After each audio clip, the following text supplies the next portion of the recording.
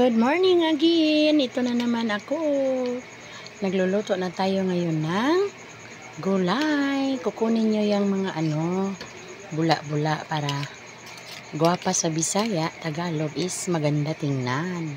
Guwapa tanawon sa Bisaya. Maganda tingnan sa Tagalog. At yun, lata na yan. Kaya ilunod na natin ang ating fresh na ito, fresh na fresh. I-ano na natin, ganyan. Kasi malapit na ang alas 5. Huwag ninyong yung lata, wag. Kasi masisira yung yung lasa. Yun. Yan. Huwag lutuin masyado. Half cook lang yan eh. Yan, ganyan. Sahog ninyo. Dahan-dahan lang. Sa Bisaya, hinay-hinay lang pag sahog. Kasi para hindi siya hindi ko na alam kung ano iyan. Tapos niyan, kulo na dyan. Tapos, luto na yan. Ang inano ko nito, si isda, pritong isda. Marami akong prito. Kaya,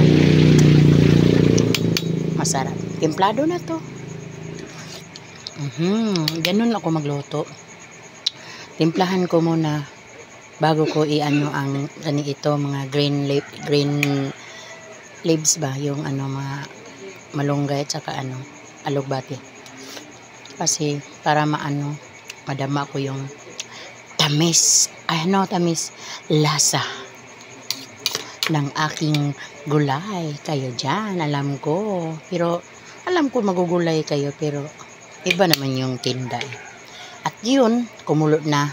Check, patay na ang ilaw. So, ako naman maghahain na.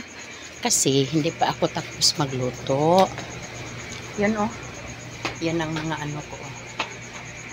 Alam mo ba yan?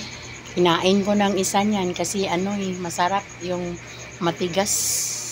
Ang sarap kaya ng matigas na adobo. Wait.